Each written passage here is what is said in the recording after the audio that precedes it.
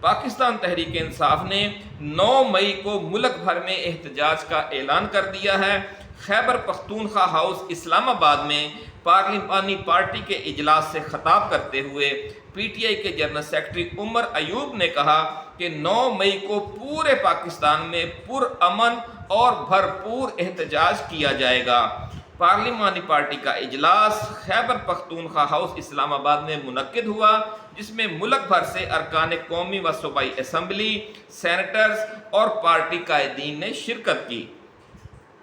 ناظرین، opposition leader Omar Ayub نے اجلاس سے خطاب کرتے ہوئے کہا کہ بڑے عرصے کے بعد آج دوبارہ یہاں پی ٹی آئی پارٹی کا اجلاس ہو رہا ہے۔ یہاں تک پہنچنے کے لیے پارٹی قائدین اور کارکنان نے بہت کچھ برداشت کیا ہے۔ ہمارے کارکنان اور قائدین کو جیل کی سلاخوں میں رکھا گیا۔ عمر ایوب نے کہا کہ بانی پی ٹی آئی نے کہا تھا کہ آخری بال تک ہمت نہیں ہاریں گے۔ بانی پی ٹی آئی سے ملاقات میں انہوں نے اپنے باہمت کارکنان کو پیغام دیا اور کارکنان کی ہمت اور حوصلے کی تعریف کرتے ہوئے کہا کہ آپ جس طرح اب تک ڈٹے ہوئے ہیں ایسے ہی اب مزید بھی ڈٹے رہیں، منزل اب بہت زیادہ دور نہیں ہے۔ عمر ایوب کا کہنا تھا کہ 9 مئی کو پورے پاکستان میں پرامن اور بھرپور احتجاج کریں گے۔ دھرنے کی کال صرف بانی چیئرمین ہی دے سکتے ہیں۔ ان سے مشاورت کے بعد شعیب شاہین کو تنظیم سازی کا ٹاسک دیا گیا ہے۔ اجلاس سے خیبر پختونخوا حکومت کی طرف سے اسلام آباد پر قبضے کے فیصلے کی توثیق کی جائے گی۔ یہ بھی کہا گیا وہ قبضہ کیسا ہوگا؟ یہ قبضہ جمہوری جدوجہد کے ذریعے ہوگا، خدا نخواستہ کوئی حملہ کر کے نہیں ہوگا۔ واضح ہے کہ وزیر اعلیٰ خیبر پختونخوا علی امین گنڈا پور نے اعلان کیا تھا کہ اگر وفاق صوبے کی واجبات ادا نہیں کرتی تو خیبر پختونخوا حکومت اسلام آباد پر چڑھائی کرے گی، مرکز میں دھرنا دیا جائے گا اور حکومت گرا دی جائے گی۔ شبلی فراز اور رؤوف حسن نے خیبر پختونخوا میں میڈیا سے گفتگو کی۔ اس دوران شبلی فراز نے بتایا کہ اجلاس میں پارٹی کی تنظیم سازی کے امور کا جائزہ لیا گیا۔ جن لوگوں نے الیکشن لڑے اور فارم 47 کی وجہ سے منتخب نہیں ہوئے، انہوں نے کھل کر اپنا اظہار خیال کیا۔ شبلی فراز کے مطابق اجلاس میں بانی پی ٹی آئی کے خلاف جھوٹے کیسز کے معاملات کا بھی جائزہ لیا گیا۔ انہوں نے کہا کہ پارٹی ورکرز 1 سال سے جیلوں میں ہیں، ان کی ضمانتیں ہو رہی ہیں، یہ کیسز آگے بڑھ رہے ہیں اور انشاءاللہ آپ بہت جلد دیکھیں گے کہ صورتحال میں بہت تیزی سے بہتری آئے گی۔ سپریم کورٹ کے آج کا فیصلہ بہت اہم ہے اور تاریخی ہے۔ ہماری نا امیدی کو آج کے فیصلے سے حوصلہ ملا ہے۔ سپریم کورٹ نے آج پھر عوام کو امید دکھائی ہے۔ شبلی فراز نے کہا کہ مخصوص نشستوں کو غیر آئینی طریقے سے بانٹا گیا، غیر نمائندہ حکومت برسر اقتدار ہے، ہماری جنگ سیاسی اور قانونی ہے۔ انہوں نے کہا کہ جس ملک میں عدلیہ آزاد ہو جائے اس ملک کو ترقی کرنے سے کوئی نہیں روک سکتا۔ شبلی فراز نے کہا کہ سعودی وفد یہاں ضرور موجود ہے لیکن پاکستان میں غیر ملکی سرمایہ کاری ہوتی نظر نہیں آ رہی۔ سعودی عرب نے ہمیشہ کڑے وقت میں پاکستان کا ساتھ دیا ہے۔ انہوں نے کہا کہ عوام مہنگائی میں پس چکے ہیں، مزید مہنگائی آئے گی، گندم اسکینڈل سب کے سامنے ہے، قانون اور آئین اپنا راستہ بنائے گا۔ ان کا مزید کہنا تھا کہ اس وقت جیسے ملکی حالات ہیں اور غیر نمائندہ پارٹی حکومت ہے، اس سے وزیر اعظم، صدر، وزیر اعلیٰ کے الیکشن کے حوالے سے اخلاقی جواز ختم ہو چکا ہے۔